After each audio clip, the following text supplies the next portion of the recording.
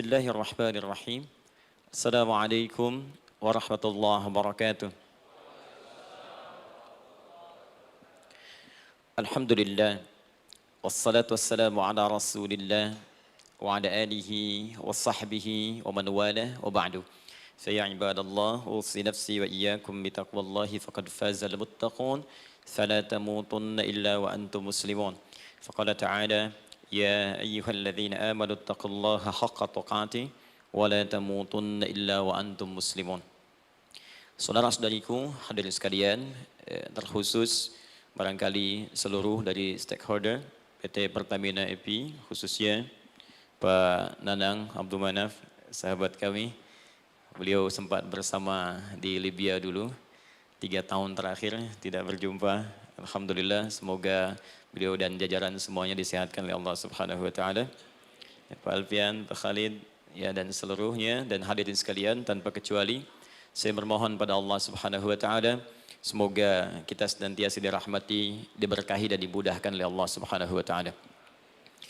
Alhamdulillah, kita baru saja menunaikan salat zuhur berjamaah. Semoga salat kita diterima oleh Allah Subhanahu wa taala. Ada 2 hal yang paling penting tentang solat ini yang ditekankan dalam Al-Quran. Pertama, kenapa solat begitu penting ditunaikan? Karena ia akan menjadi pembeda antara Khalik dengan makhluk. Jadi kalau kita ingin bedakan Tuhan dengan hamba, maka di antara titik penting perbedaannya, kata Allah langsung itu terletak pada aspek ibadah, khususnya solat. Karena itu ketika Nabi Musa alaihi salam berkenan kemudian langsung diperintahkan oleh Allah sehingga disebut dengan kalimullah yang diajak bicara dan diperkenalkan tentang esensi ketuhanan Allah, maka disebutkan perintah langsung oleh Allah untuk menyembahnya dalam bentuk salat. Al-Quran surah ke-20 Thaha ayat ke-14. Kata Allah, innani anallahu la ilaha illa ana fa'budni wa aqimis salata li dzikri. Ya Musa, tidak ada Tuhan kata Allah selain saya. Ya maka jika engkau telah tahu saya Tuhan, bedanya Tuhan dengan makhluk, fa'budni, maka kewajiban engkau sebagai makhluk menyembah saya. Bagaimana caranya ya Allah, kata Musa? Kata Allah, wa aqimis salata, rahmatullah, wa aqimis salata li dzikri. Maka cara menyembahku itu adalah dengan salat. Karena itu semua nabi dan rasul bahkan sebelum Nabi Muhammad SAW diperintahkan oleh Allah untuk mengajak umatnya seluruhnya untuk sholat. Ya, Nabi Isa alaihissalam sholat. Anda buka Quran surah 19 Maryam ayat 31 sampai 33.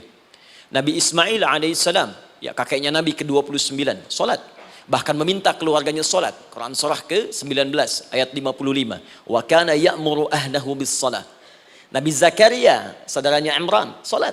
Quran surah ketiga, ya, ayat ke-38 sampai dengan 39. Ayat 39-nya tegas mengatakan, "Fanadathu malaika wa huwa qa'imun yusalli fil mihrab." Jadi kalau kita urutkan dari Nabi Muhammad sallallahu alaihi wasallam sampai Nabi Adam alaihi salam, semua menunaikan salat kepada Allah Subhanahu wa taala.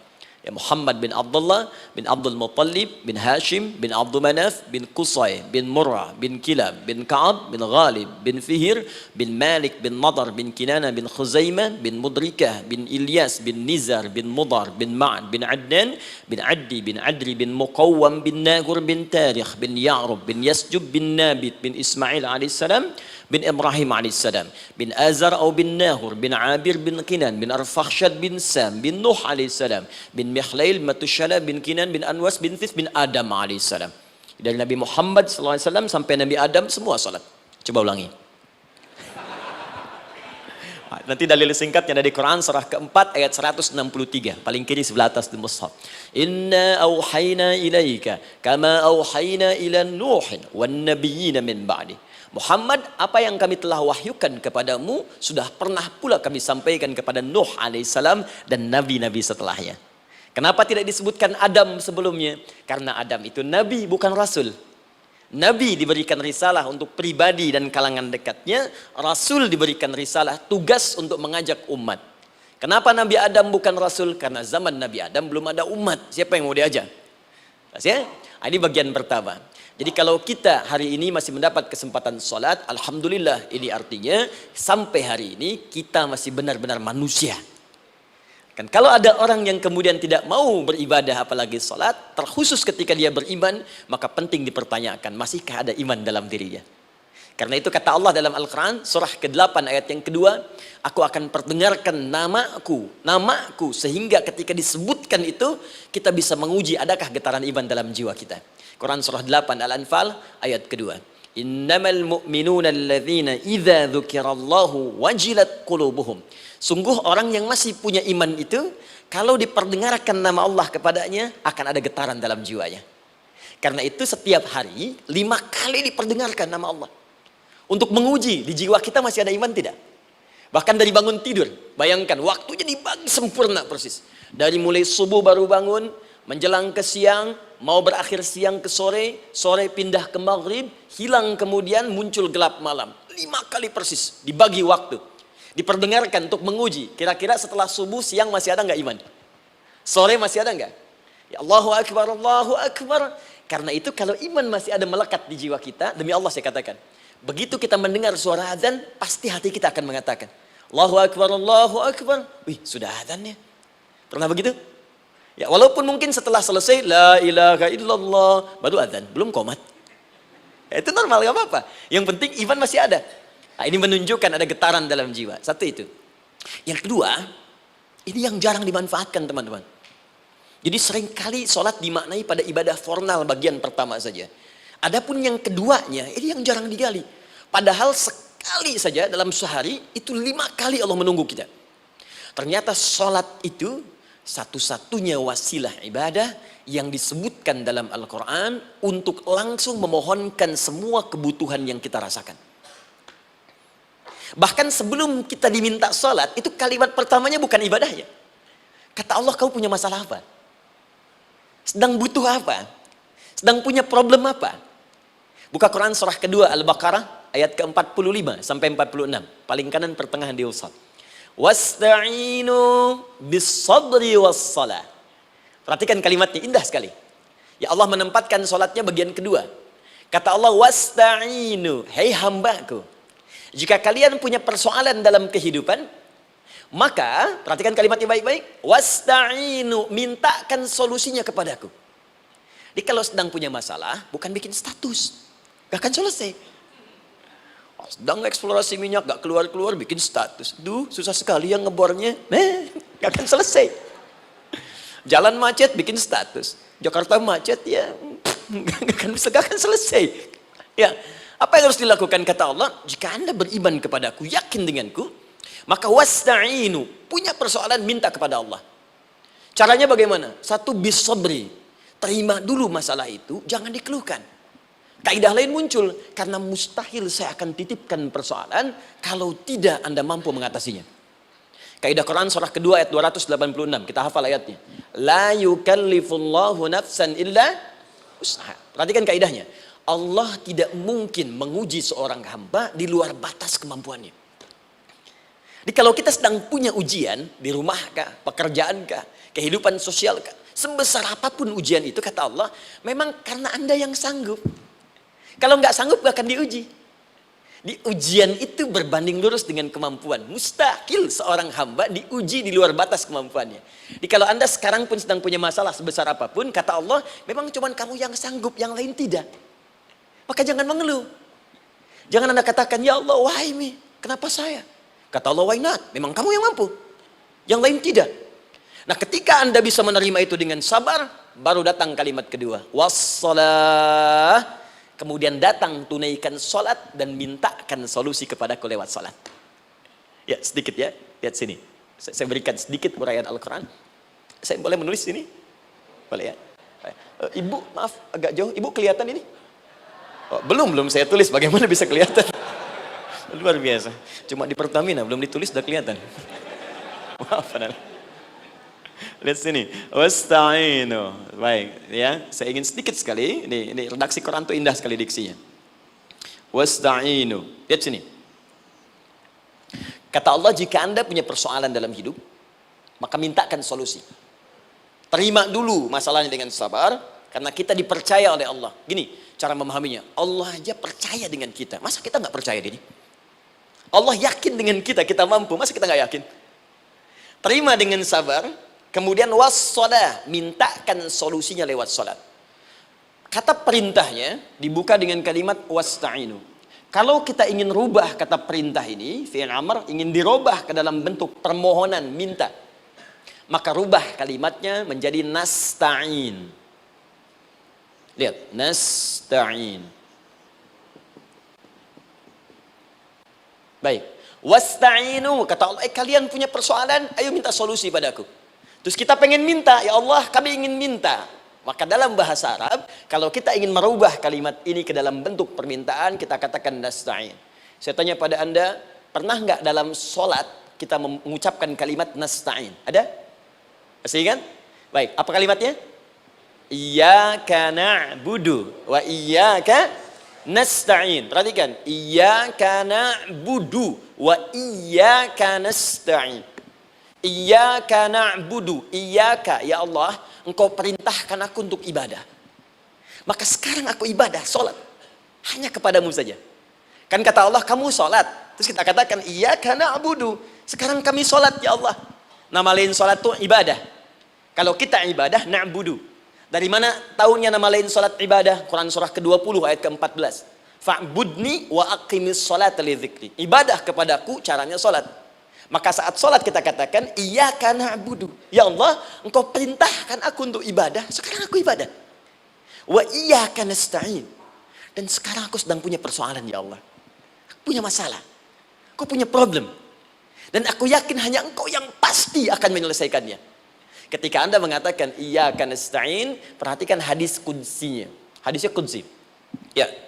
Al-Imam Al-Bukhari meriwayatkan, Imam Muslim meriwayatkan, An-Nasai meriwayatkan dari sahabat Abu Hurairah radhiyallahu taala anhu.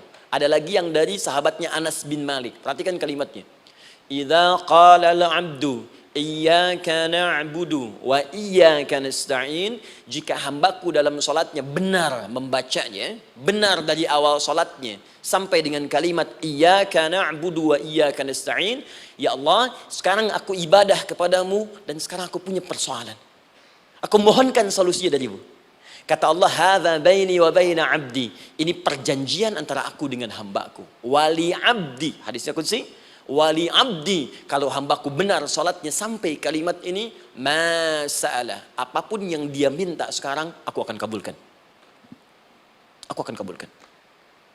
Pertanyaan saya, berapa di antara kita yang sholat sampai detik ini, ribuan kali ruku dan sujud, yang memanfaatkan momentum ini untuk memohon? Siapa di antara kita yang ketika sholat memohon kepada Allah solusi? Jangan-jangan selama ini sholat itu hanya menjadi formalitas saja.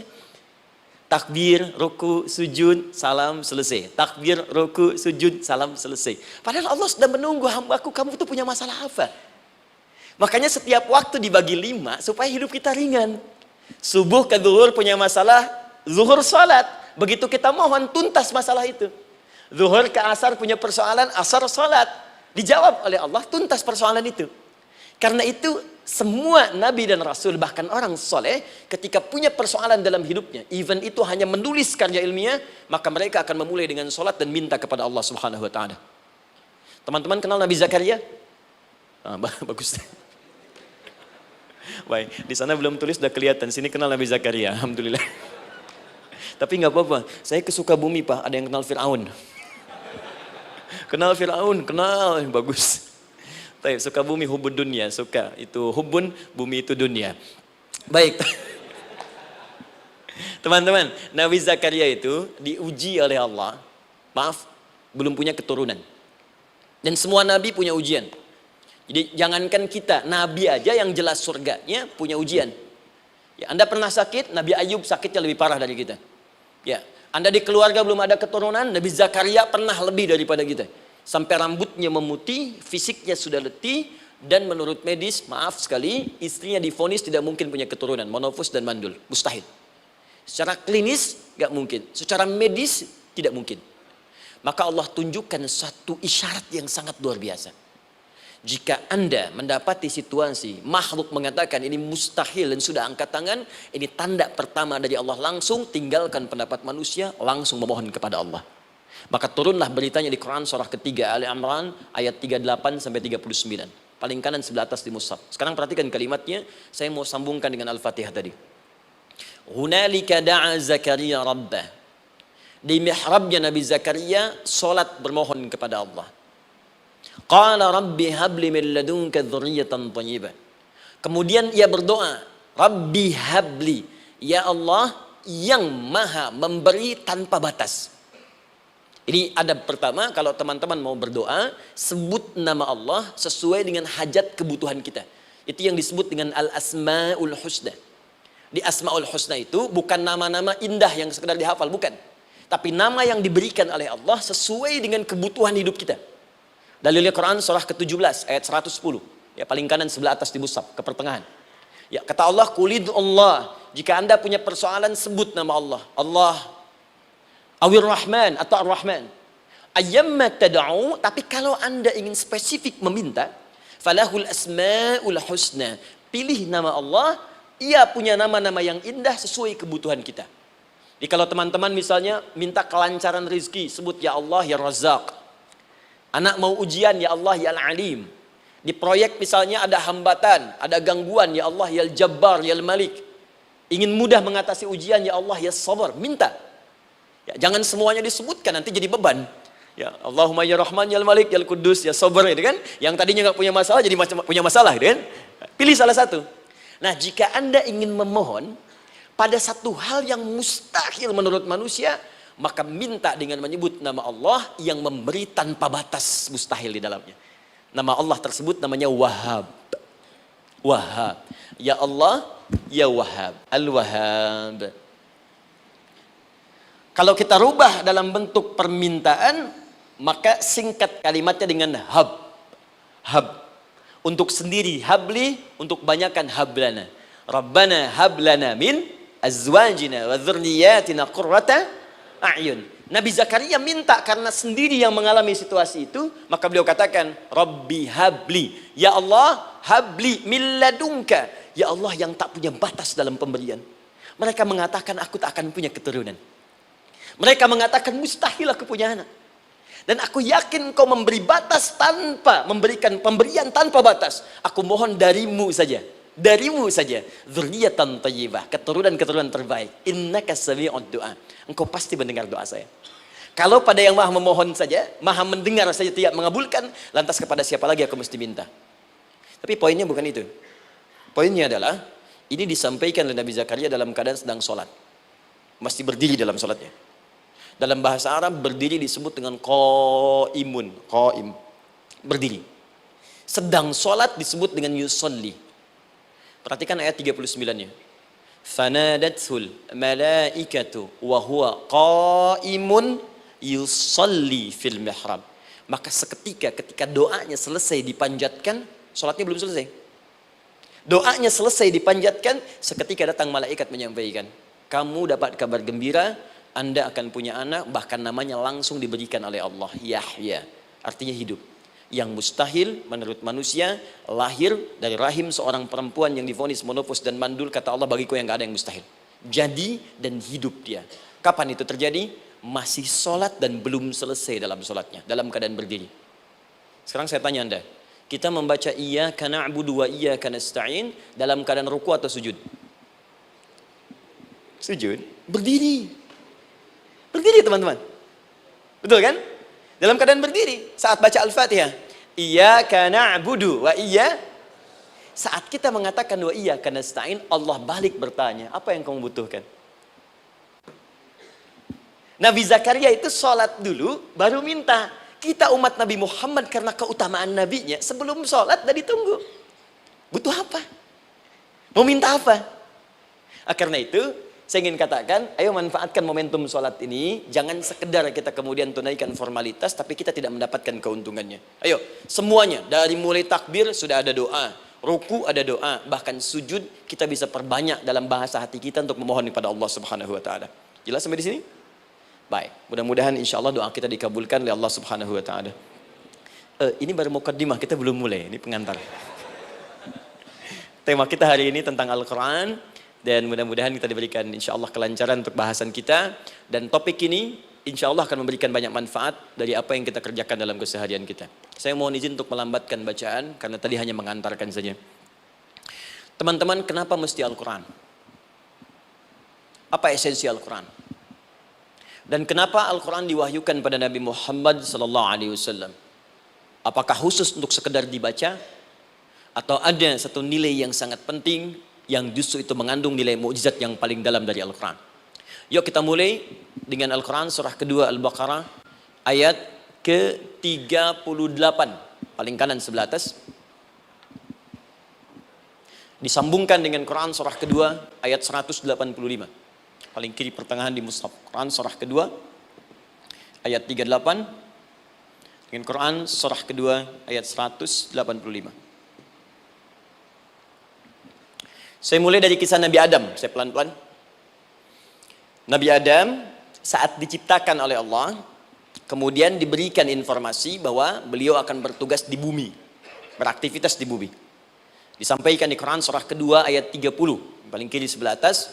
Wa idh qala rabbuka lil malaikati inni ja'ilun fil ardi khalifah. Kata Allah, dan pelajari, ingat ketika kami menyampaikan pada para malaikat, kami akan menugaskan satu makhluk, manusia, namanya Adam, di bumi tugasnya. Untuk menjalani hidup di bumi.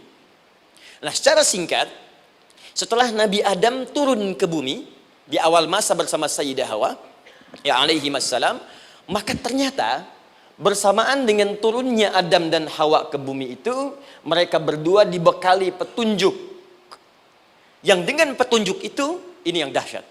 Allah jamin semua aktivitas hidupnya, dari mulai yang sederhana sampai yang kompleks, pasti jika diikuti petunjuk ini, dia akan senang menjalaninya, dan akan tenang mendapatkan hasilnya. Ya, perhatikan kalimatnya. Quran surah kedua ayat 38. Fokus. Qulna ihbitu minha jami'a. Kata Allah, sekarang tiba saatnya. Adam, Hawa, turun kalian ke bumi. Kalau setan kita tinggalkan aja ya. Ini kita bahas Adam dulu. Turun kalian semua ke bumi. Fa imma ya'tiyannakum minni huda. Maka nanti sejak kalian tiba di bumi itu, aku akan turunkan satu petunjuk disebut dengan hudan namanya. Hudan. Fokus. Faman tabi'a hudaya, maka jika Anda dan keturunanmu mengikuti semua detil di petunjuk ini, fala khaufun 'alaihim wa lahum yahzanun, maka aku pastikan engkau dan seluruh keturunanmu akan menjalani hidup di muka bumi dengan tenang dan senang. Fala khauf, khauf itu gelisah, takut. Lawan dari takut apa? Tenang. Lawan dari gelisah, tenang. Kata Allah, jika Anda mengikuti tuntunan hidup yang ini, maka saya jamin semua hidupmu tenang. Walahum yahzanun, dan saya pastikan selama hidup di muka bumi itu, kalian tidak akan pernah bersedih. Senang. Lawan sedih, itu senang. Jadi ternyata kita itu diminta tugas di bumi itu, bukan untuk dipersulit. Jadi kalau ada yang hidup sampai saat ini sedih, deh, di rumah tangga sedih, di kantor nggak tenang, pasti di antara poinnya, bukan nggak mampu senang, tapi boleh jadi yang hidup ini tidak membaca petunjuk kehidupannya. Anda kerja di perusahaan, teman-teman ada yang di Pertamina, ada yang di yang lain. Kalau Anda nggak ikuti petunjuk, kan pekerjaan tidak akan berlangsung dengan nyaman, kan? Kalau Anda nggak ikuti aturannya, bagaimana bisa mengerjakan petunjuk itu dengan nyaman? Maka apalagi hidup yang kompleks, kata Allah, sejak Adam saya turunkan, sudah ada petunjuk kehidupan, saya namakan dengan hudan. Anda ikuti petunjuk ini, maka langsung jaminan dari Allah, semua yang Anda jalani dalam hidup, pasti saya jamin senang dan tenang. Petunjuk ini disebut apa? Hudan. Nah, agak cepat. Di setiap masa, Nabi Adam selesai hidupnya, generasi kemudian berkembang, datang lagi Nabi Nuh, sampai ke Nabi Muhammad SAW. Perhatikan baik-baik. Setiap berganti generasi akan turun hudan sesuai dengan kebutuhan masyarakatnya pada saat itu. Baik, Nabi Musa menerima kitab apa namanya? Nabi Musa Taurat. Taurat disebut hudan dalam Al-Quran. Muncul Nabi Musa, Kitabnya disebut Taurat. Perhatikan baik-baik. Tahukah teman-teman ketika Taurat disebutkan dalam Al-Quran? Buka Quran surah ke-17. Ya, ayat yang kedua. Wa ataina Musal kitaba. Kami berikan kepada Musa kitab. Lihat. Wa ja'alnahu hudan li bani Israil. Dan kitab yang kami berikan itu, yang disebut Taurat, Ali Imran ayat yang ketiga. Wa anzalat Taurat wal Injil. Kami berikan Taurat kepada Musa. Nah, saat Allah turunkan Taurat itu, hudan li bani Israil. Isi Taurat ini adalah petunjuk kehidupan khusus untuk Bani Israel saja. Umatnya Musa. Jadi kalau umat Nabi Musa mengikuti petunjuk hudan, Taurat ini, kata Allah, saya jamin semua hidupnya tenang dengan senang.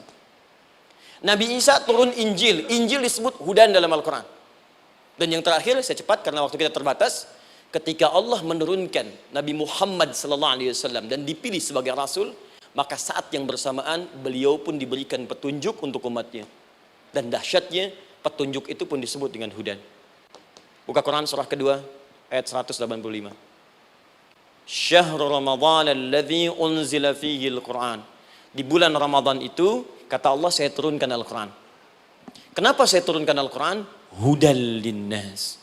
Saya jadikan Quran ini sebagai petunjuk, pedoman hidup linnas, bukan terbatas untuk satu komunitas, tapi untuk seluruh manusia sampai kehidupan berakhir. An-Nas disebutkan 241 kali dalam Al-Quran, menunjuk pada semua manusia tanpa kecuali. Ini bedanya Al-Quran dengan kitab sebelumnya. Taurat hanya untuk kalangan tertentu saja. Jadi selesai nabinya, selesai kitabnya. Injil hanya kalangan tertentu saja. Nabinya selesai, selesai kemudian misinya. Tapi Al-Quran tidak. Ini kalimat pertama langsung dari Allah. Walaupun nabinya wafat, tapi karena Al-Qurannya didesain oleh Allah untuk seluruh manusia sampai kehidupan berakhir, maka pasti Al-Quran itu di setiap masa akan mampu dijadikan pedoman dalam kehidupan. Jadi prinsip pertama, ketika Allah menurunkan Al-Quran, sebenarnya tujuan utamanya bukan sekedar dibaca. Tapi di dalamnya itu ada petunjuk hidup, Pak, Bu. Dan yang buat, yang menciptakan kita. Bukankah Anda kalau ingin memperbaiki sesuatu akan datang kepada penemunya, penciptanya? Anda punya handphone, ada masalah, kan datangnya ke counter handphone. Anda punya mobil, ada persoalan, bukankah datangnya ke dealer? Sekarang kita ingin tahu persoalan hidup kita. Ingin tahu gambaran hidup kita. Ingin tahu misi dan visi hidup kita. Kemana kita kemudian bertanya? Pada pencipta kita. Nah, kata Allah, ketika saya utus manusia pertama kali ke bumi, saya sudah turunkan bagaimana cara menjalani kehidupannya. Dan ternyata berita baiknya untuk kita diberikan oleh Allah satu petunjuk utuh, langsung disebutkan, isinya disebut dengan Al-Quran. Jadi dari Al-Fatihah sampai dengan An-Nas, dia bukan bacaan biasa. Semua di dalamnya ada petunjuk kehidupan kita dari mulai bahkan dalam kandungan sampai kita wafat kepada Allah Subhanahu wa taala. Kalau diikuti petunjuk ini, langsung turun jaminan dari Allah. Hidup kita pasti akan tenang dan nyaman. Saya bacakan cepat ya. Tapi nggak usah ditulis, nanti kalau teman-teman agak terlambat mengikutinya, Anda buka kembali rekamannya, Anda boleh runtutkan kembali. Saya baca cepat saja, dan ini insya Allah Anda hanya akan temukan dalam Al-Quran. Nanti saya berikan rahasia di akhir sebelum kita akhiri. Yuk, satu, Anda silahkan bandingkan dengan buku manapun, referensi manapun, Anda hanya akan temukan dalam Al-Quran. Dari sejak sebelum lahir, bagi perempuan yang tengah mengandung, langsung Allah berikan tuntunan bagaimana agar kandungan itu berjalan dengan sehat, nyaman, dan mudah ke persalinan. Quran surah ke-7 ayat 189. Perkembangannya bisa diamati dan dicek kemudian, ya baik ke dokter atau yang lain. Nanti perkembangannya disebutkan di Quran surah ke-22 ayat ke-5. Dirinci lagi di Quran surah ke-23 ayat 11 dari 9 sampai dengan 13. Kemudian mulai terlahir, dari lahiran diberi petunjuk oleh Allah. Nih, berikan ASI maksimal 2 tahun. Kalau ingin berhenti sebelum 2 tahun boleh, begini caranya. Quran surah kedua ayat 233. Dari sampai usia 2 tahun menjelang balik, kata Allah berikan 4 pendidikan dini. Ini turunannya, disebutkan 1, 2, 3, 4. Jika Anda ajarkan ini, maka anak ini akan tumbuh. 1, dekat dengan Allah. 2, dijamin taat pada orang tuanya. 3, dia akan baik dengan lingkungannya. Dan 4, dia akan bertahan dalam kebaikan sampai dia dewasa. Quran surah ke-31 ayat 13 sampai dengan 19. Usia 7 tahun, ya mulai dia balik misalnya, dia akan mulai belajar. Bagaimana cara belajar yang baik supaya cepat paham, gampang mengerti. Turun Quran surah ke-9 ayat 122. Amalannya di Quran surah 96 ayat yang pertama. Kemudian rinciannya diturunkan di Quran surah kedua ayat 282 di ujung ayatnya. Lalu bagaimana mencari sekolah yang bagus, majlis yang baik, guru-guru yang baik, diturunkan Quran surah ke-58 ayat ke-11. Dicontohkan tentang Maryam dan Nabi Isa alaihissalam di Quran surah ketiga ayat 35 sampai dengan 37. Naik lagi, dia mulai dewasa, ya, mulai bergaul, bahkan kadang-kadang merantau, punya tempat komunitas berbeda. Bagaimana supaya dia bergaul tidak terpengaruhi lingkungan yang tidak baik. Maaf ya, kadang-kadang ibu yang sudah mengandung, melahirkan, ayah mencari nafkah, tiba-tiba anak pergi bahkan ke kampus, ke sekolah, dapat teman yang gak bagus, pulang-pulang mengecewakan Anda. Dan bagaimana menemukan tempat-tempat yang baik untuk bisa menjaga perilaku anak ini? Ditemukan nanti di Quran surah ke-49 ayat ke-13-nya. Dirinci perkembangannya di Quran surah ke-12 Yusuf ayat 2 sampai dengan ayat 29-nya. Sampai ketika dia akan mulai kemudian menikah. Kata Allah, pilih pasangan yang baik dengan ta'aruf, berikan mahar yang sempurna. Quran surah ke-4 ayat ke-4. Kemudian dia mulai menikah. Kata Allah, sebelum menikah, pelajari dulu fikih nikah. Banyak orang yang menikah tapi karena tidak belajar tentang persoalan rumah tangga, apa yang akan terjadi di rumah tangganya. Detil Pak, Bu. Kata Allah, ini kalau kamu berbuat begini akan ada miskomunikasi. Kalau ada miskomunikasi persoalannya akan begini, solusinya begini. Maka diturunkan dasarnya di Quran surah ke-30 ayat 21, detilnya di Quran surah ke-4 ayat 34 sampai dengan 35. Paling kiri sebelah atas sampai dengan ke tengahnya. Anda berlanjut, diterangkan oleh Allah, hei, tugas suami saat mulai pertama kali menikah, maka tugas yang pertama siapkan untuk mencari nafkah. Bagaimana caranya ya Allah? Diturunkan oleh Allah. Satu, jangan takut kehilangan rezeki. Jangan pernah mencuri, jangan pernah ngambil punya orang, karena punya kamu akan saya berikan sempurna. Kamu ngambil punya orang, maka kamu akan menyulitkan diri sendiri. Itu akan dikembalikan pada yang berhak. Ya, turun Quran surah ke-51 ayat 22. Dirinci, begini cara nyarinya. Quran surah kedua ayat 168. Kalau Anda ingin cepat baru bergerak, rizkinya sudah dapat. Quran surah kedua ayat 172. Ada yang dahsyat, dia belum keluar, rizkinya yang mendatangi dia. Jadi nanti di Al-Quran ada 8 jenis rizki. Di antara yang paling hebat, ada yang belum Anda datang, rizkinya sudah menjemput. Ada orang mendatangi rizki, ada rizki mendatangi dia. Contoh, Al-Imam Asy-Syafi'i sedang berdiskusi dengan Imam Malik gurunya. Kata Imam Asy-Syafi'i, Syekh, rizki itu mesti saya cari dulu, baru kita dapat. Kata gurunya, ya Syafi'i, ada rizki yang cukup kita beramal dekat kepada Allah, dia akan datang tanpa kita cari dengan ikhtiar manusia. Kata Syafi'i, mustahil. Kata Quran kan kita kerja dulu, baru datang. Kata Imam Malik gurunya, kamu yang belum sampai, kita amalkan ini, rizki datang. Maka berhenti sampai di situ, Imam Syafi'i pamit, di jalan tiba-tiba, beliau mendapati ada panen anggur, Pak, Bu. Terus dipanggil sama yang punya kebun. Ya pemuda katanya, sini. Mau bantu nggak? Kalau kamu bantu, kami berikan anggurnya. Maka beliau bantu, panen, petik. Sampai setelah selesai diberikan anggur yang besar-besar, hanum. Senyum, senang beliau. Ternyata senangnya bukan karena dapat anggur. Senangnya karena merasa pendapatnya benar. Kalau saya nggak bantu panen ini, nggak akan dapat saya anggur. Cuma karena saya bantu, saya diberi ini. Maka rasa senangnya inilah dibawa kemudian kepada gurunya, ingin laporan. Tapi perhatikan adabnya. Dia tidak mengatakan, guru, nih saya benar. Kalau saya nggak ikut panen, nggak dapat saya ini. Perhatikan kalimat Asy-Syafi'i. Guru, tadi saya di jalan, dipanggil oleh pemilik kebun, ikut panen anggur. Begitu saya bantu, saya diberikan anggur ini. Beliau tekankan dengan kalimat yang kencang pada kalimat, begitu saya bantu, saya dapat anggur ini. Imam Malik tersenyum mengatakan, Masya Allah Syafi'i luar biasa. Ini siang begitu panasnya, tadi saya mau keluar ngajar, terfikir di benak saya, Allah kalau ada anggur yang besar-besar, enak rasanya. Tiba-tiba kamu datang bawa anggur. Jadi Imam Syafi'i kerja dapat sesuatu, Imam Malik terfikir sesuatu, datang rezeki. Itu ada di Quran surah ke-7, teman-teman, ayat ke-96, paling kanan sebelah atas di mushafnya. Baik, teruskan dulu. Ya, Anda dalam mencari kerja, ingat, kalau Allah yang sampaikan pasti terjadi. Jangan dikira mudah.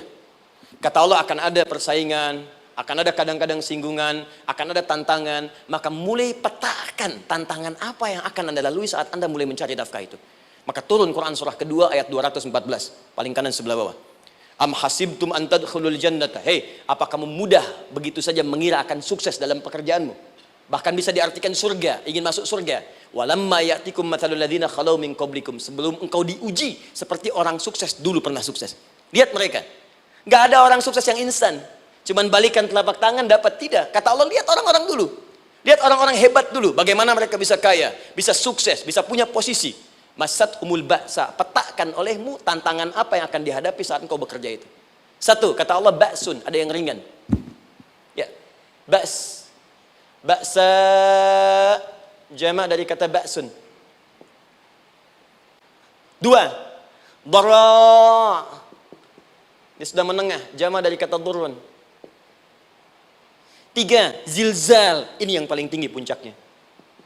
Jadi kalau Anda sudah mendapatkan ini, yakinlah, berarti Anda akan mendapatkan posisi yang tinggi. Karena mustahil orang besar diuji dengan ujian yang kecil. Zilzal, ini bagian ketiga. Ba'sa, ba'sun, mulai. Kira-kira tantangan-tantangan ringan apa saja yang akan Anda hadapi?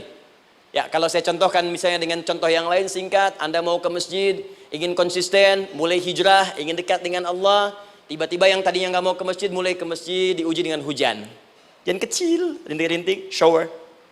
Begitu hujan, orang Arab mengatakan kalau hujannya bisa lewat tanpa payung pun, orang Arab mengatakan la ba'sa. La ba'sa ini ringan. Orang kita sambungin, labas. Dari bahasa Arab, lewat. Nah, jadi kalau Anda mau berangkat nih, siap bekerja, siap hadapi tantangan. Baru mau lewat hujan kecil, berarti itu tantangan kecil kita lewati. Macet, petakan, cari jalan yang kemudian sempurna, jalan yang kosong, buka Google-nya, buka Waze-nya, buka map-nya, cari. Jadi kalau pada yang kecil aja belum kita lewati, bagaimana mendapatkan yang besar? Anda mau ke masjid, dikasih hujan kecil, mau berangkat gak jadi. Papa, kenapa gak jadi? Hujan mah, kan ada payung, takut riak. Tuh. Setelah itu darwa, maaf, tantangan fisik. Kadang-kadang mulai ke fisik, mulai mengganggu. Ya, maaf, dirincikan kemudian oleh Al-Quran. Turun Quran surah ke-21, ayat 87 sampai 88, kisah Nabi Yunus alaihissalam. Yunus beraktivitas, bekerja, bukan berarti nggak ada tantangan. Kadang-kadang dibawa, kadang-kadang diusir, kadang-kadang Anda dapat misalnya proyek, kadang-kadang sudah mulai, masukkan tender, tiba-tiba gagal, diserobot orang, kadang-kadang orang yang dapat, Anda yang ngajukan, itu biasa. Kata Allah itu biasa, bukan cuma Anda, yang lain pun ada. Bukankah Allah ajarkan kisah Sayyidah Hajar alaihissalam dengan Ismail? Bukankah bolak-balik naik sofa marwah, kadang di atas, kadang di bawah, kadang lihat peluang, sampai marwah ternyata bukan air. Terkadang Anda yang bekerja, tim yang lain yang mendapatkan, karena kerja keras Anda, bisa jadi terjadi. Bukankah yang kerja keras Hajar yang dapat Ismail? Mungkin Anda yang konsep, yang dapat minyaknya orang lain. Mungkin Anda yang kerja, kan yang suksesnya teman Anda, gak ada masalah. Dan itu kemudian akan bermanfaat bagi Anda. Tidak mungkin setiap keringat yang keluar dari diri kita mustahil, kecuali akan melahirkan manfaat yang kembali pada diri kita. Tantangan. Tapi yang paling dahsyat, ini yang gak ditemukan di sebagian referensi yang kita baca. Ketika Allah menjelaskan semua tahapan-tahapan tantangan ini sampai ke puncaknya zilzal. Zilzal itu kalau bahasa sekarang gempa. Ada ujian yang menggoncang hati kita. Ketika Anda kerjakan, ya Allah, tantangannya dahsyat. Kenapa mesti saya, ya Allah? Kau nggak selesai-selesai, ya Allah. Itu wajar, teman-teman, itu biasa. Kata Allah, orang dulu saja mengatakan, mata nasrullah, kapan ini selesai? Berbahagialah kalau teman-teman sudah mendapatkan tantangan puncak yang paling tinggi ini. Ini artinya Allah sedang mempersiapkan Anda menjadi orang besar di kemudian hari. Dan cara mengatasinya diturunkan Quran surah ketiga ayat 142, paling kiri sebelah atas. Perhatikan dahsyatnya. Yang pertama diterangkan tantangannya, yang kedua dijelaskan cara mengatasinya. Saya mau berhenti sampai di titik ini, nanti saya terangkan cara berinteraksi dengan Al-Quran. Ya, perhatikan baik-baik. Kata Allah, jika kelak engkau sudah bisa memetakan tantangan ini, maka siapkan solusi untuk mengatasinya. Ayatnya dibuka dengan kalimat yang sama persis. Saya pernah sampaikan teori ini di dua perusahaan besar di Indonesia. Yang pertama ada salah satu perusahaan, karena ini direkam saya nggak sebutkan perusahaannya, perusahaan otomotif besar sedang turun gratis, kemudian juga ada inflasi yang tinggi. Terus saya terangkan teori Quran. Dia praktekkan berhasil, Pak. Padahal saat itu saya presentasi di depan non-muslim. Non-muslim. Sales-sales se-Indonesia dikumpulkan, saya bedah tentang ini dan mereka berhasil. Sampai sekarang naik lagi. Yang kedua sama, ini direkturnya juga non-muslim, tapi nggak apa-apa kita diskusi. Dan mau mendengar teori ini dan praktekkan, naik. Ya, dulu di satu perusahaan minyak juga, sedang turun, karyawan semua dikumpulkan, lalu kita bahas tentang ini, kita terangkan. Yang ini yang paling menarik dari Al-Quran. Kalimatnya sama persis. Quran surah ketiga ayat 142. Am hasibtum an tadkhulul jannata. Apa Anda duga akan begitu mudah mendapatkan kesuksesan dalam hidup? Tolong fokus baik-baik. Jangan selalu mengartikan jannah dengan surga. Karena asal kata jannah itu artinya kesuksesan, kebahagiaan yang belum tampak. Surga, kenapa disebut dengan jannah? Karena itu puncak kebahagiaan kita yang belum nampak sekarang. Ya, saya kasih rahasia ya. Ini antara kita saja nih. Kalau ada kata jim dengan nun di depannya, itu pasti tidak nampak, tersembunyi. Apapun tambahannya. Ya, misal, jin kenapa disebut dengan jin? Karena memang ketika diciptakan, dia tidak tampak, tersembunyi. Lawannya ins, karena itu kita disebut ins, karena saat lahir kita tampak. 18 kali disebutkan dalam Al-Quran. Ya ma'syaral jinni wal ins, wa ma khalaqtul jinna wal ins. Jadi jin disebut jin karena memang fitrahnya tersembunyi, gak nampak. Jadi kalau ada jin melakukan penampakan, itu jin sedang kena masalah, sedang keluar dari fitrah. Sama dengan manusia, harusnya tampak. Jadi kalau ada manusia yang senang sembunyi-sembunyi, dia sama dengan, bukan saya yang bilang, sedang punya masalah. Ke kantor sembunyi-sembunyi, hati-hati Pak Alfian tuh. Biasa ada pintu depan, masuk pintu belakang. Suami di rumah buka WA sembunyi-sembunyi, Bu hati-hati itu. Pulang lewat pintu belakang, berarti sedang punya persoalan dalam hidup. Setiap ada jim dengan nun, pasti tersembunyi. Ibu punya janin, rahim, dalam rahim ada janin. Kenapa disebut dengan janin? Jim, nun, ya, nun. Karena sosok itu belum nampak dalam pandangan kita. Nanti kalau sudah lahir, baru tampak. Jannah, kenapa disebut jannah? Karena belum tampak dalam pandangan kita. Nanti kelihatan. Karena itu dalam Al-Quran, kata jannah itu tidak dikhususkan dengan surga. Tidak dikhususkan dengan surga. Kadang-kadang menunjuk aspek kesuksesan yang belum tampak. Anda mau ngebor minyak, minyaknya belum tampak. Belum kelihatan. Anda mau kerja, ya hasilnya kan belum tampak, baru ikhtiar sekarang. Karena itu orang Arab disebut kaya kalau mereka mendapatkan kebun yang tak tampak sebelumnya. Kebun anggur, bukan kurma, kalau kurma banyak. Kebun anggur, ada apel, ada jeruk, sampingnya ada sungai-sungai, disebut dengan jannah. Ya, kalau punya unta, nggak kaya di Arab, biasa. Karena yang kelihatan padang pasir, unta, hitam, merah, biasa. Tapi kalau sudah punya kebun anggur, yang sulit di padang pasir ada kebun, itu baru disebut kaya. Karena itu orang Arab kadang mengartikan jannah dengan aspek kesuksesan yang belum tampak. Diartikan dengan kebun anggur, kebun apel, dan macam-macamnya. Perhatikan. Am hasibtum an tadkhulul jannah. Apa Anda duga ingin sukses itu begitu mudah? Sukses jadi tidak. Walamma ya'lamillahu alladhina jahadu minkum wa ya'lamas sabirin. Perhatikan baik-baik. Sebelum Allah memastikan pada diri Anda, terdapat dua hal yang paling utama untuk mengatasi tantangan tadi. Satu, jahadu. Kesungguhan. Serius. Jadi kalau mau sukses, mesti serius. Kerja serius. Cintai pekerjaan Anda. Ya, belajar anak-anak serius. Pastikan belajar dengan serius. Jangan cuma anak-anak duduk paling belakang, nggak pernah nanya, kadang ngantuk, pulang. Ujian, besoknya mau ujian, baru belajar. Ya, sistem SKS, sistem kebut. Ya kadang-kadang sejam Bu, Pak. Saya pernah ada orang di luar ngadu waktu di Libya, Ustadz gimana ini orang Indonesia? Kenapa? Saya belajar 3 bulan, besok mau ujian. Teman antum orang Indonesia pinjam catatan saya, baru semalam.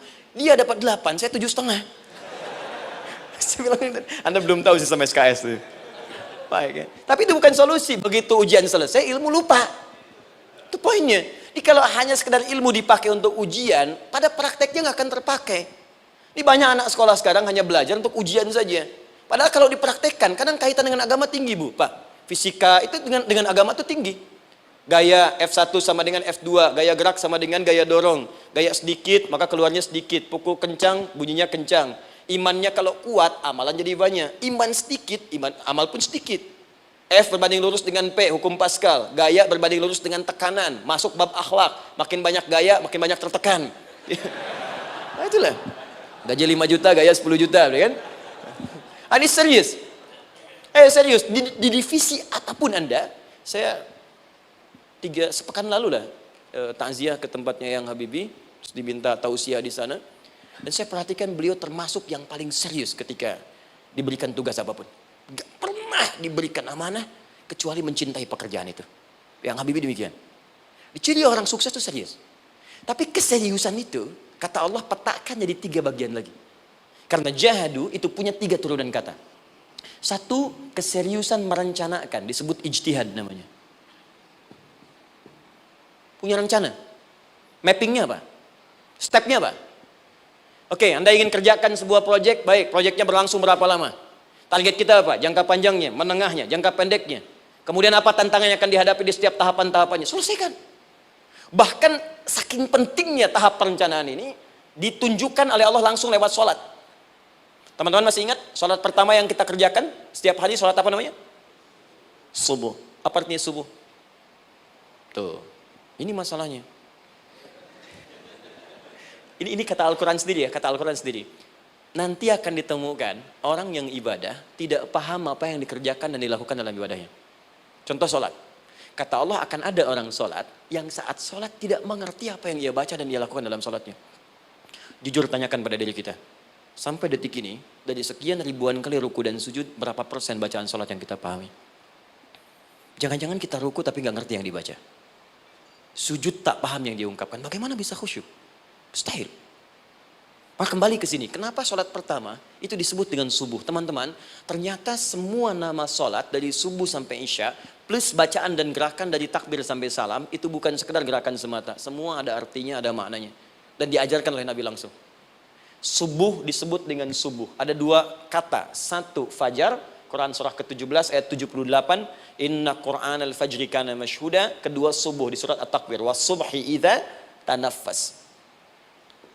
Kenapa disebut fajar? Fajar itu pancaran positif, pancaran kebaikan. Jadi kalau yang baik disebut fajar. Kalau yang jelek disebut fujur.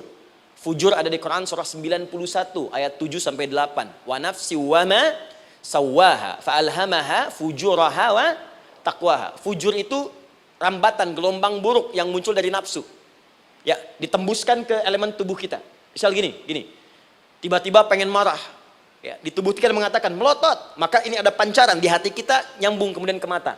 Ini rambatan dari sini ke mata disebut fujur namanya. Mau ke tangan pukul, masuk ke tangan. Itu rambatannya disebut fujur namanya. Ya. Yang baiknya disebut fajar.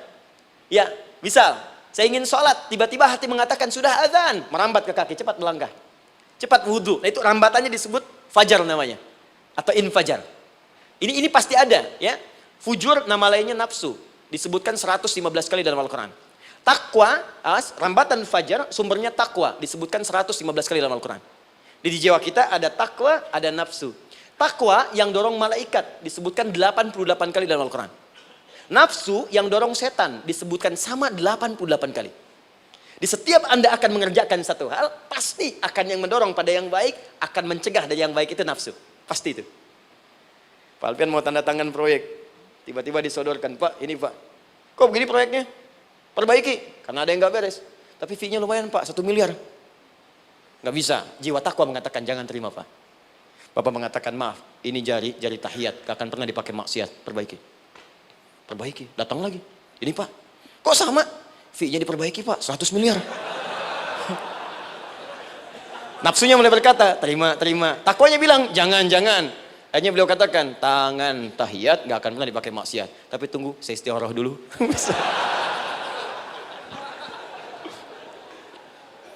Nah, waktunya, ini salatnya disebut fajar. Kenapa disebut fajar? Karena saat kita tidur, terus dengar suara azan, Allahu Akbar, maka memancar dari iman kita, rambatan untuk merespon suara itu. Bangun kita untuk menunaikan salat. Waktunya disebut subuh. Kenapa disebut subuh? Dari kata asbah. Asbah itu artinya yang siap dengan rencana. Ya orang Islam tuh nggak ada yang bangun dari tidurnya kecuali punya rencana jelas yang akan dieksekusi dari itu. Makanya sebelum kita bekerja mengeksekusi itu, kita datang menghadap Allah supaya Allah berikan kemudahan di setiap aktivitas kita. Coba lihat manajemen Nabi. Bukankah sebelum tidur beliau istighfar dulu? Dirinci pekerjaannya, dicatat yang akan dikerjakan besok, istighfar 70 kali, 100 kali, sehingga dengan istighfar saat tidurnya tenang. Coba kita biasakan. Ada yang baca Quran, ada yang istighfar. Kalau nggak percaya silahkan cek. Begitu Anda lakukan, tidurnya enak. Besoknya rencana itu sudah siap. Makanya ketika bangun, siap jam 7 mau kemana, jam 8 ada di mana, jam 12 kerjakan apa. Sebelum mengerjakan itu datang kepada Allah, sujud, ya Allah, saya punya rencana ini tolong mudahkan. Begitu caranya. Itu yang disebut dengan subuh. Nah, sekarang kembalikan, peta hidup kita mau seperti apa ke depan? Ijtihad. Yang kedua, kalau sudah jelas konsepnya, visinya sudah ada, maka jihad. Yang kedua, jihad. Jihad itu eksekusinya, aksinya, actionnya, perjuangan fisiknya. Rencananya apa? Tahajud malam nanti. Bismillah. Jam berapa? 2:30. Baik, yuk kita mulai rencanakan. Eksekusi rencananya. Bagaimana cara kita bangun 2:30? Pasang alarm. Jam berapa alarm dipasang? 3 kali. Pertama 1:30, kedua 2 kurang 1/4, ketiga jam 2 lewat 1/4. Baik. Alarm pertama untuk mematikan alarm kedua. Alarm kedua matikan alarm ketiga. Ketiga siap-siap. Baik. Siap bangun. Jihad. Awas, ini penting ya. Jihad itu jangan dipersempit maknanya kepada situasi peperangan saja, tidak. Banyak jihad itu luas sekali medannya. Karena jihad itu perjuangan fisik.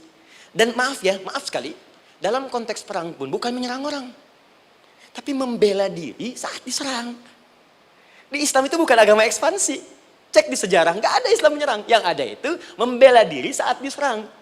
Atau saat orang lain dizalimi dan kita diminta untuk terlibat, kita membantu. Ini bukan dalam konteks sekarang yang banyak dibincangkan. Tembak orang, bom orang, nyerang orang. Bukan. Itu waktu kejadian bom Tamrin itu pertama, saya di Lampung posisinya. Itu begitu meledak, tuar. Pertanyaan pertama Pak di Balistani. Ustadz, apakah bom di Jalan Tamrin termasuk jihad fisabilillah? Saya bilang, Pak, sependek pengetahuan saya, jihad fisabilillah itu jihad di jalan Allah, bukan di Jalan Tamrin. Kaidahnya beda. Nah, misal mencari nafkah itu jihad. Cari nafkah jihad. Quran surah keempat ayat 34, paling kiri sebelah atas. Tugas pertama ketika menikah kata Allah, ar-rijalu qawwamuna 'alan nisa. Setiap lelaki itu diminta oleh Allah untuk mengatur bagian rumah tangganya. Jadi pemimpin di rumah tangganya. Ya bima faddalallahu ba'dahum 'ala ba'din, karena diberikan kemampuan untuk memimpin. Di pemimpin itu ada di suami. Dan ciri khas pemimpin, Bu, biasanya ciri khas pemimpin apa, Bu? Bukan tegas, bukan. Ciri khas pemimpin itu tidak mau dipimpin.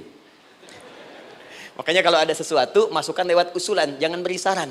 Kalau saran susah, itu pemimpin. Baik, tapi yang paling luar biasa kata Allah, perhatikan kalimatnya indah sekali. Wa bima anfaqu min amwalihim. Saya berikan tugas untuk mencari nafkah. Ketika seorang lelaki bertugas mencari nafkah, ingat ya, konteks apapun, kalau perempuan nanti bekerja bukan nafkah poinnya. Bisa hobi, ya, bisa aktivitas, tapi nafkah kalau sudah menikah itu ada pada suami. Perempuan tidak. Kalaupun tidak dilarang perempuan bekerja, tidak. Sayyidah Aisyah mengajar, ada yang para sahabiah jadi perawat, ya, ada yang pengajar. Banyak dulu sahabat Nabi yang perempuan mengajar. Ya, kan ada pelajaran-pelajaran khusus perempuan. Ya, ada bagian perawat, ada dokter. Ini kan yang ngandung perempuan, masa yang perisa laki-laki? Ya, ada bagian perempuan tertentu, itu silahkan bekerja boleh. Tapi nafkah laki-laki. Begitu lelaki meniatkan pekerjaannya karena Allah untuk mencari nafkah, itu setiap langkahnya jihad fisabilillah. Wafat, syahid. Maaf ya, apakah selama Anda bekerja sudah diniatkan ibadah? Jangan-jangan cuma kerja aja. Kalau cuma kerja, apa bedanya Anda dengan yang belum beriman? Anda wafat juga. Kerja di gedung yang sama, berangkat menemukan kemacetan yang sama. Apa bedanya iman kita dengan yang lain? Satu, kita pasti wafat, pasti pulang. Dan kita nggak bisa pilih, ya nggak bisa pilih. Antum bisa duluan, saya belakangan mungkin. Atau ditukar, saya belakangan, Anda duluan mungkin. Atau memang saya bisa duluan, ya duluan menyolati Anda. Oke, paham ya? Jadi ibu di rumah jihad, Bu, pada anak, perawat, mengandung itu sudah jihad. Jadi kalau wafat dalam proses saya melahirkan atau sedang mengandung itu syahid. Itu jelas nggak ada perbedaan pendapat. Anak-anak yang sekolah niatkan ibadah, Bu, Pak. Mohon maaf ya, mesti ada bedanya. Iman kita di rumah mesti itu terpancar kepada anak-anak. Ajarkan mereka sekolah yang baik. Pilih sekolah yang mengajarkan sholat, mengajarkan baca Quran. Sekarang banyak kok. Fisikanya bagus, Qurannya bagus, kimianya bagus, sholatnya juga bagus. Cari. Kalau bisa dunianya bagus, akhirat bagus, kenapa hanya pilih dunia saja? Siapkan. Itu jihad. Terakhir, tidak mudah mengeksekusi ini. Pasti ada tantangan yang ketiga. Namanya mujahadah. Mujahadah. Tantangan mengatasi gejolak jiwa. Kadang-kadang malas, capek, ya belum eksekusi dilakukan, sudah berdebat pada yang tidak penting. sehingga tidak menghasilkan kesimpulan, ragu-ragu, khawatir, maka atasi semua itu. Turun Quran surah kedua ayat 216.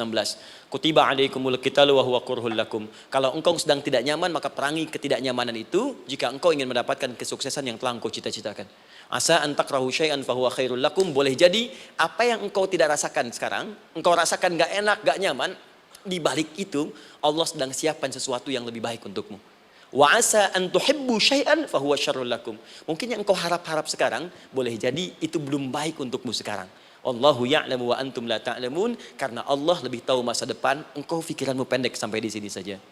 Maka teman-teman sekalian, kembalikan lagi, tidak pernah Anda akan temukan dalam Al-Qur'an kecuali bimbingan hidup yang semuanya nyata. Silahkan cek. Itu baru pekerjaan. Belum ibu di rumah, ibu capek merawat anak, kadang mengeluh, kadang nangis. Turun Quran surah ke-17 ayat 23. Kadang-kadang ada beda pendapat dengan suami, Quran surah ke-4 ayat 34 sampai 35. Masalah kondangan saja Pak, bisa beda pendapat.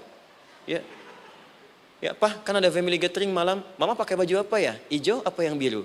Masya Allah, kata Anda biru bagus mah. Kata Mama kayaknya hijau deh Pak. Tuh. Nanya tapi udah punya jawaban. Ya, bagus kalau dipakai, begitu keluar kuning.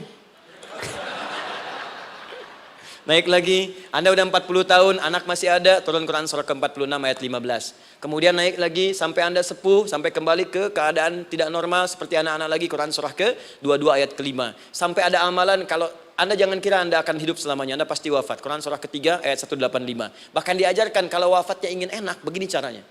Pelajari Pak, jangan cuma dunia, kita akan meninggal. Ini ada di Quran, kalau pengen meninggalnya enak, begini caranya. Ya kalau nggak percaya silahkan amalkan, nanti kita akan lihat di akhir. Ya. Betul, akan kelihatan. Quran surah ke-89 ayat 27 sampai 30. Kalau kalian nggak pelajari ini, silahkan kata Allah, saya berikan yang ini yang kedua sambil dipukulin malaikat. Quran surah ke-8 ayat ke-50. Sampai di alam kubur dijelaskan, kalau nanti Anda wafat, Anda pindah ke alam kubur, kalau ingin di kuburnya terang, nyaman, banyak rezekinya, lakukan amalan Quran surah ke-3 ayat 169 sampai 172. Tapi kalau Anda abai, Anda akan seperti Firaun dulu. Setiap pagi sampai petang ditampakkan neraka. Quran surah ke-40 teman-teman sekalian disampaikan oleh Allah langsung ya dari ayat 45 sampai 46-nya. Sampai terjadi kiamat disampaikan Quran surah ke-75. Sampai dihisab, ada yang masuk surga tanpa hisab, Quran surah kedua ayat 25. Ada yang masuk neraka tanpa hisab. Ada.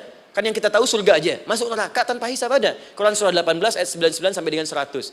Sampai disebutkan surga yang paling indah nomor 1 bersama Nabi dan orang-orang soleh. Jadi kalau Anda masuk sini, tetangga Anda semua Nabi. Ya, depannya Nabi Ibrahim, belakangnya Nabi Musa misalnya, samping kirinya Nabi Yusuf, ya, samping kanannya Nabi Muhammad SAW. Itu cuma 3 golongan, orang soleh, para syuhada, orang-orang jujur dalam kehidupan dunianya. Jadi kalau Anda jadi pekerja yang jujur, taat kepada Allah, Anda berpotensi masuk surga bersama semua Nabi dan Rasul yang pernah diutus. Ya. Baik, itu ada di Quran surah ke-4 ayat ke-69. Ada yang kedua di taman surga, Quran surah ke-51 ayat 15 sampai dengan 18. Ada yang surga seluas langit dan bumi, Quran surah ke-3 ayat 133 sampai 134. Ada yang neraka yang biasa, ya, sebiasa-biasa nerakanya kebakar juga. Quran surah 4 ayat 56. Tingkat paling tinggi neraka jahanam untuk 2 golongan, munafik, ingat, munafik dan kafir. Jadi kalau Anda pun muslim, jauhi perbuatan munafik. Karena munafik akan mengantarkan langsung ke dalam neraka jahanam. Quran surah ke-4 ayat 140. Mana yang tidak ada? Mana yang nggak ada di Quran? Semua ada. Bisnis ada, ya, birokrasi ada, diplomasi ada, mengajar ada, ilmu ada. Karena itu saya mau tutup, jika kita ingin benar mengeluarkan petunjuk ini, seperti orang dulu pernah melakukannya, maka kata Allah melalui lisan Rasulullah, turun Quran surah ke-29 ayat ke-45. Satu ini aja kita kerjakan, insya Allah ini akan beda kita rasakan. Utslu ma wuhya ilaika minal kitab. Jika kalian kemudian hidup di muka bumi, maka keluarkanlah bimbingan dari Al-Quran sesuai dengan kebutuhan kita secara tematik. Utslu itu dari kata tilawah. Tilawah itu baca, pahami, amalkan. Karena itu setiap kita baca Al-Quran, di sampingnya pasti ada yang menerjemahkan supaya kita paham. Betul kan? Ketika ada yang baca Al-Quran, di sampingnya ada siapa? Ya, sari tilawah kan? Baik, sari tilawah itu bahasa Indonesia. Ya, sari, sebetulnya tilawah saja. Tapi mungkin saat yang menerjemahkan dulu pertama di Indonesia, namanya Bu Sari. Karena itu disebut sari tilawah. Ya, kalau Adi mungkin ada di tilawah gitu kan? Nah, jadi teman-teman caranya begini. Anda keluarkan sesuai kebutuhan. Enggak semua ayat Quran mesti kita kaji. Kalau mau dari awal dari akhir, bagus. Kalau baca silahkan. Hatamkan, Nabi juga hatamkan. Tapi kalau Anda ingin ambil sesuai passion kita. Anda pebisnis, kenapa nggak mengeluarkan ayat bisnis di Quran? Teman-teman yang diperminyakan, keluarkan ayat-ayatnya ada. Quran surah At-Tur, surah 52 itu, keluarkan. Ya, wal bahrul masjur, Dan jika Anda akan melakukan eksplorasi di laut, carilah laut yang punya nih kualifikasi begini. Yang di bawahnya ada endapan tanah yang melahirkan api, kata Allah tuh. Itu potensial ada minyaknya. Kalau yang kerja di batu bara, turun Quran surah Fatir, surah 35 ayat 27 sampai 29. Ini jenisnya. Ada yang kelihatan dari jauh, ada yang harus digali, ada yang kelihatan dari jauhnya kelihatan hijau, ada kelihatan menghitam. Disebutkan langsung. Ada. Kenapa nggak Anda turunkan dalam bentuk-bentuk tematik yang itu bagian kita? Ada yang pokok, ada yang spesifik. Yang pokok tentang sholat, karena semua orang sholat. Tentang ayah. Anda jadi ayah berapa tahun? Kenapa nggak dikeluarkan di Quran ayat-ayat tentang ayah? Kenapa nggak dikeluarkan di Quran ayat-ayat tentang ibu? Jangan jauh-jauh dulu bicaranya. Tentang belajar. Nah, nanti eksekusinya, kalau mau cepat, buka kitabnya Al-Imam Al-Bukhari.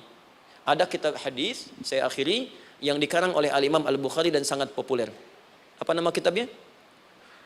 Kalau hafal saya kasih hadiah. Apa kitab Imam Al-Bukhari yang populer? Ya?